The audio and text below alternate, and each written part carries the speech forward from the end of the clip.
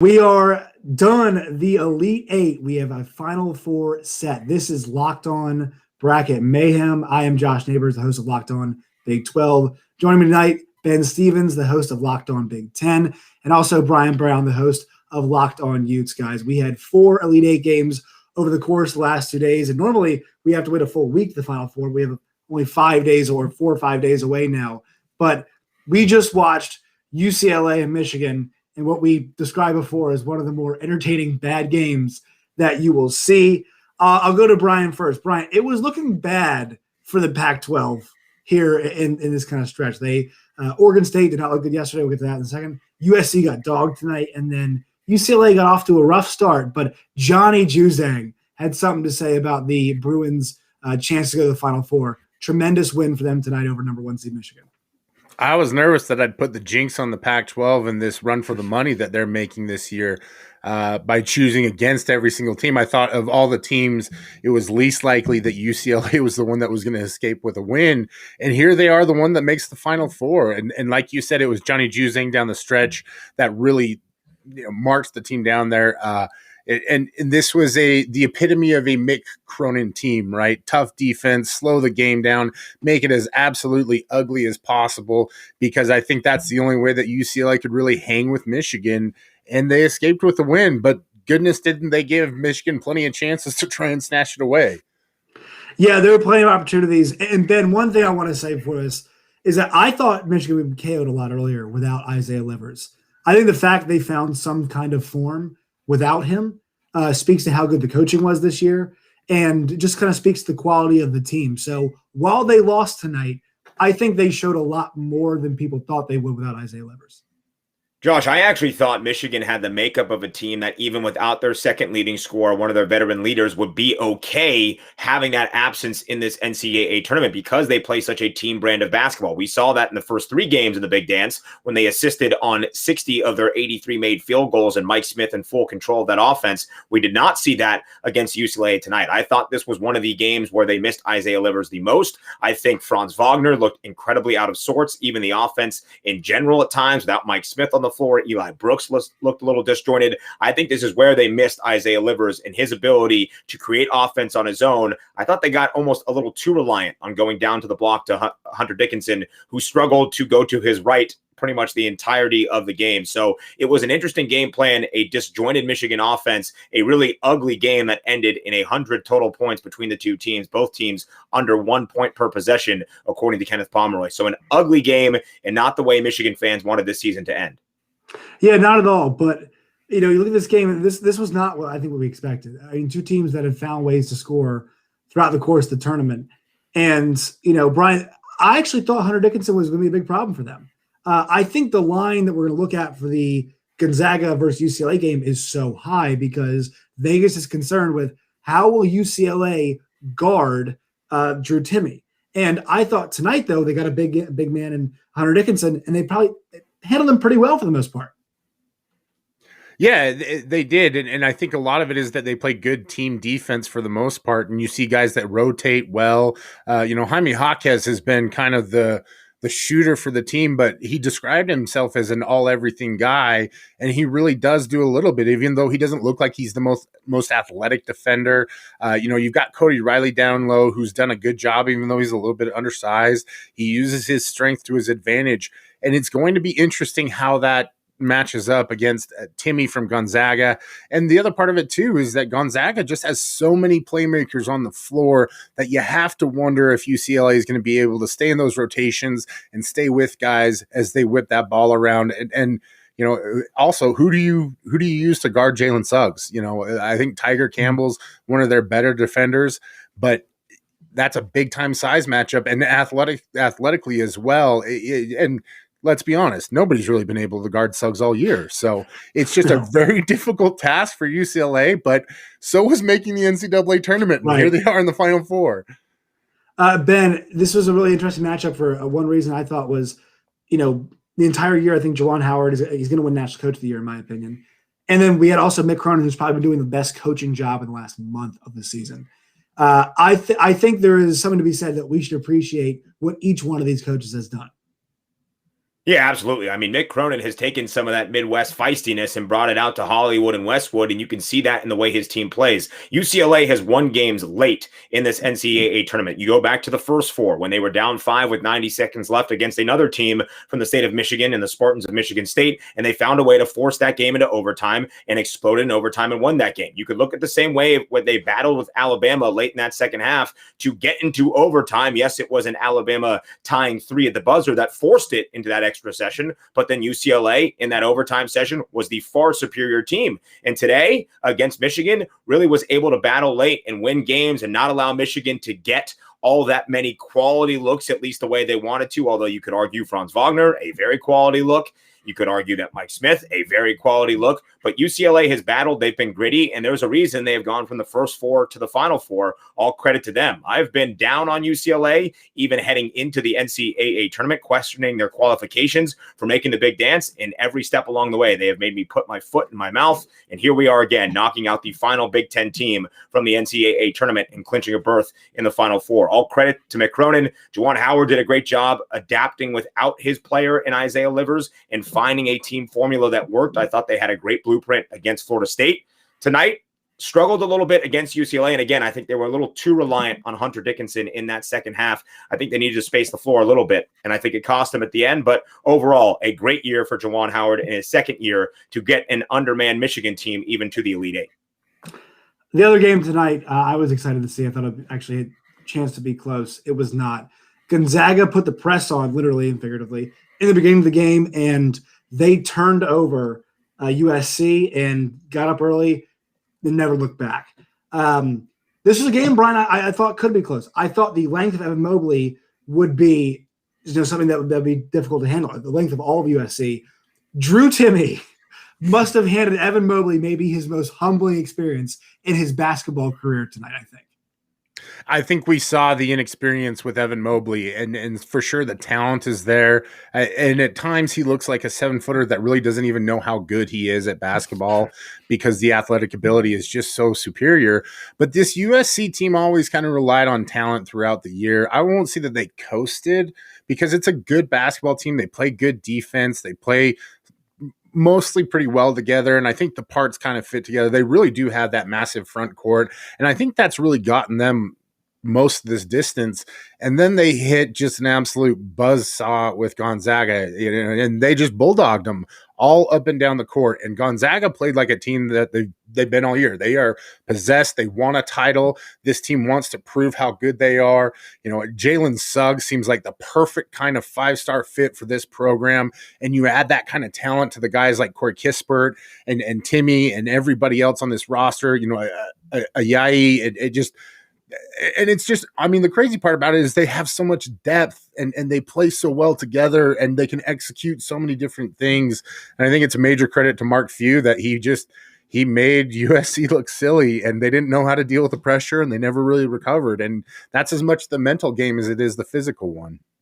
Yeah, and Ben, one sneaky storyline here is that Corey Kispert hasn't shot the ball very well in this tournament so far. But it really hasn't mattered, has it? Not at all. I mean, he was not great tonight, and Gonzaga was still giving it to USC across the board. I mean, USC came into this game, and the only shot they had, and the reason people thought the Trojans might present a challenge to Gonzaga was because of that defense, the zone defense or man-to-man defense, however you want to categorize it, the 5th best defense in terms of the efficiency ratings in all of college basketball. And Gonzaga was so efficient tonight, even without Corey Kispert. Jalen Suggs, a near triple-double. Drew Timme took over that game as well. And this Gonzaga team ranks first in offensive efficiency, first in effective field goal percentage, first in 2-point field goal percentage. They are just great across the board, and now on the precipice of history, trying to become the first undefeated national champions since Indiana in 1976. They are a perfect 30-0 heading into the Final Four, and I don't really see who's knocking them off at this moment. Gonzaga's best is just far superior to anybody in college basketball. The one team that wants to have something to say about that is Baylor. They got by Arkansas last night. Well, whatever it is now. And the late games, guys, the 10 p.m. Eastern start times, the East Coasters among us, oh my God, it's killing us. But no, Baylor ends up getting by last night over Arkansas by 9. And the key for this game was their defense from the get-go was in top form. The thing that Gonzaga and Baylor both do very well is that when you make mistakes, they cash in. almost every single time. And so, Brian, I'll go to you first on this one. We're almost at a spot now where it feels like Baylor, Gonzaga, the collision course that we kind of were supposed to have a couple months ago. It's not the football guy who's supposed to pick this, right? And the guy who played football in college, being me, should have no idea what college basketball should do. But those were my two picks. And I think sometimes it is the teams that look the best that do end up marching the way, especially with this year and COVID and everything that's been throwing at everybody. But we talked on the last show about how Moses Moody had to come out firing for Arkansas. And he didn't. He missed, 2 for 10, 0 for 4 from 3. And they really never were able to generate any kind of momentum against Baylor.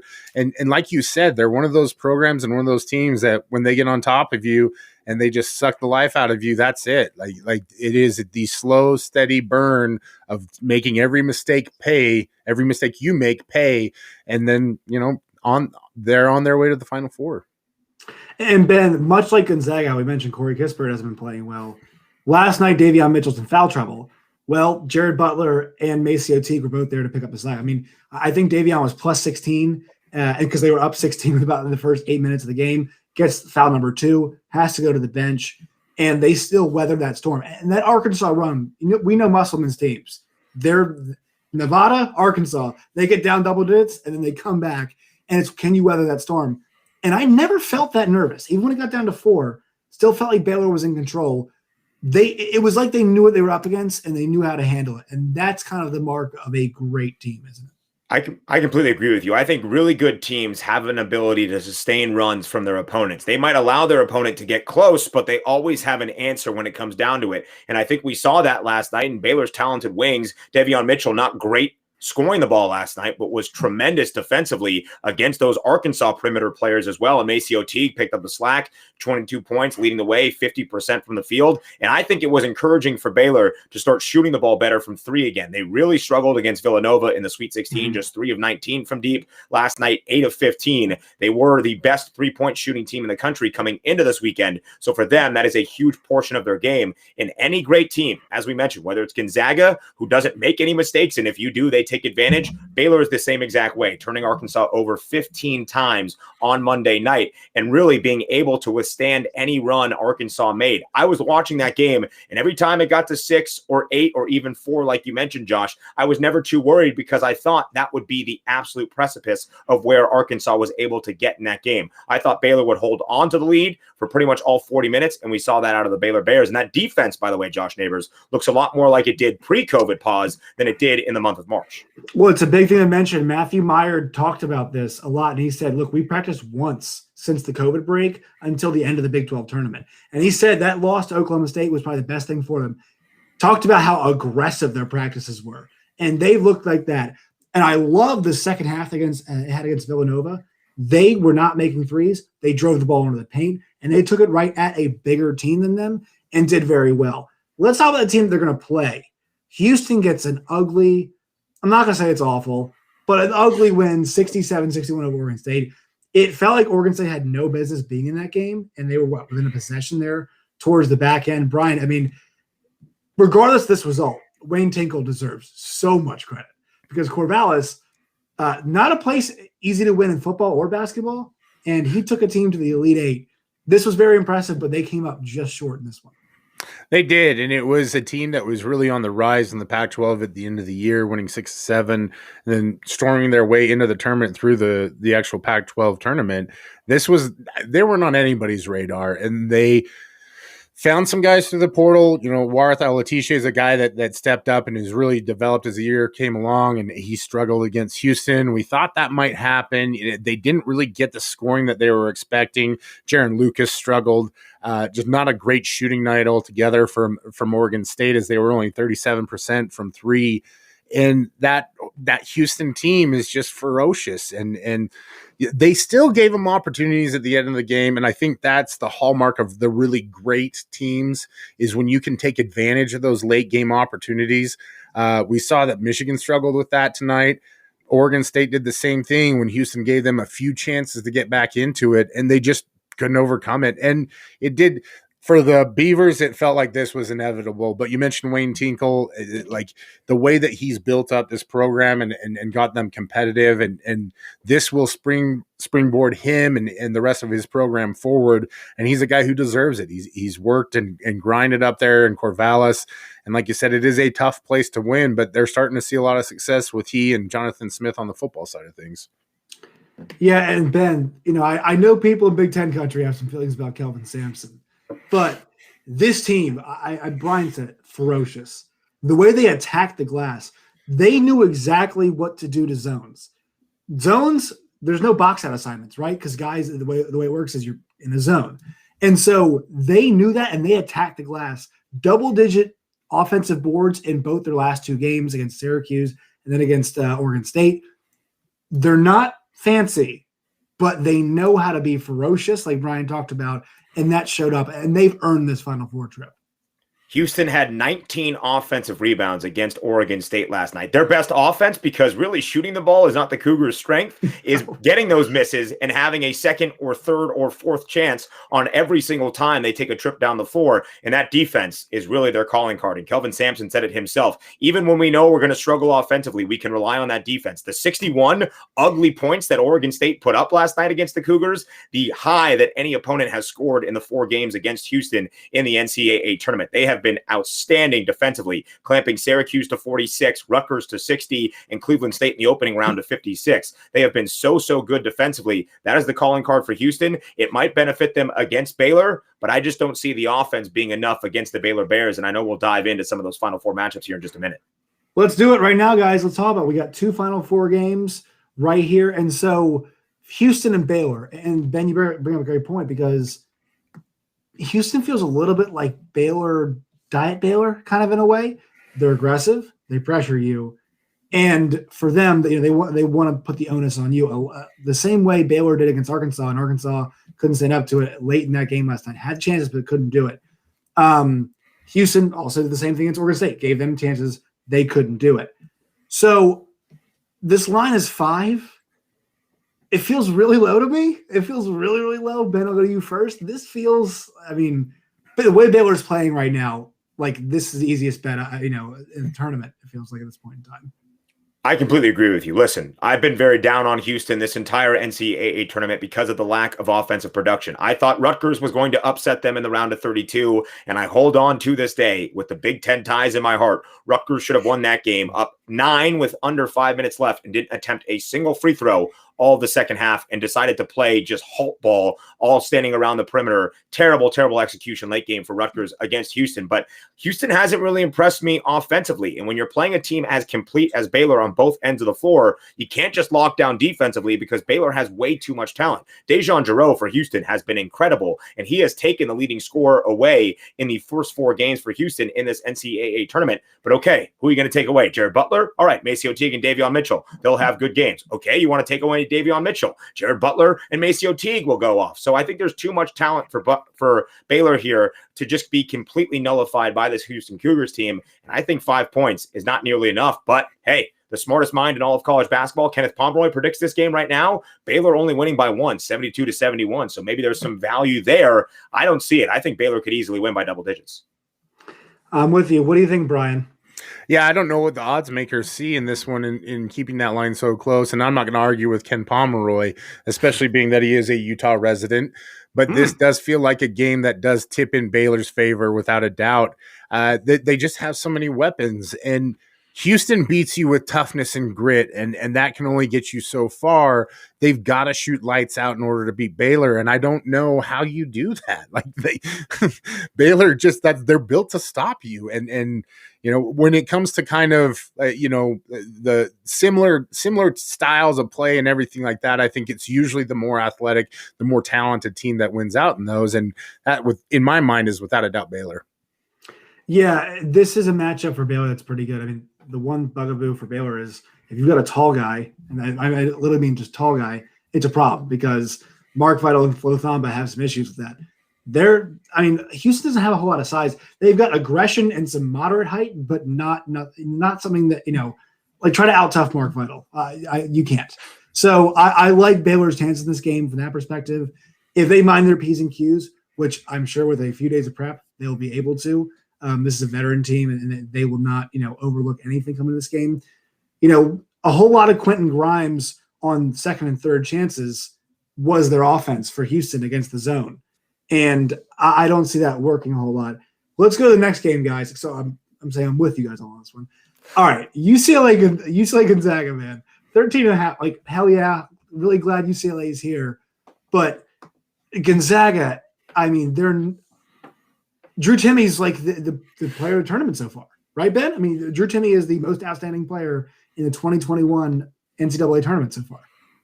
That's your best value if you're going to bet on Gonzaga. Go to the most outstanding player prop odds on betonline.ag and take Drew Timme or Corey Kispert or Jalen Suggs, but it's going to be Drew Timme right now. And if you want value on Gonzaga, there you go. Minus 13.5, in my mind, is not a high enough number against UCLA. Gonzaga can play their B-plus game and still win this game, I think, by 18. Although UCLA has been incredible, Gonzaga is another step and leap and bound in front of everybody that UCLA has seen up until this point. And if Gonzaga controls the pace of the game because they want to play faster, that will not be in UCLA's favor. They have one of the slowest tempos in all of college basketball, 337th out of 357 teams. Gonzaga is fast, efficient, up-tempo. Everything you can say good about Gonzaga, it lives up to that billing. I would think Gonzaga, and this is going to get bet up a little bit, is probably going to close closer to 15 and a half by the time we get to tip on Saturday night. But I think Gonzaga still would have some coverage there, and I would still pick Gonzaga. And the best margin might be, though, if this game in-game live betting, you have an opportunity and UCLA gets off to a good start, that might be your best chance to grab Gonzaga because that's going to be a lot of points. But even in that, I would still take Gonzaga.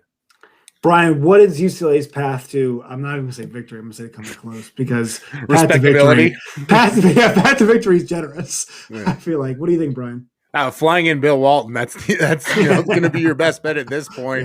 Yeah. Maybe Kareem Abdul-Jabbar will come out, just whatever Westwood magic you can get into this game and hope that either Gonzaga finally has an off night for the first time all tournament or there's some sort of spirit of John Wooden that shows up to get the Bruins in gear because they're going to struggle. That's the bottom line. These are two conflicting styles, and I don't know that UCLA has the depth to keep up with a team like Gonzaga. I don't know that they have the size either. These are things that I've watched UCLA play all year long. This is a very strong defensive fundamental team, which is very different for UCLA. But, for example, if Johnny Juzang gets into foul trouble, it's a struggle. And there's no way that they can keep up with Gonzaga if he ends up on the bench. And we've seen him do that in a couple games this tournament.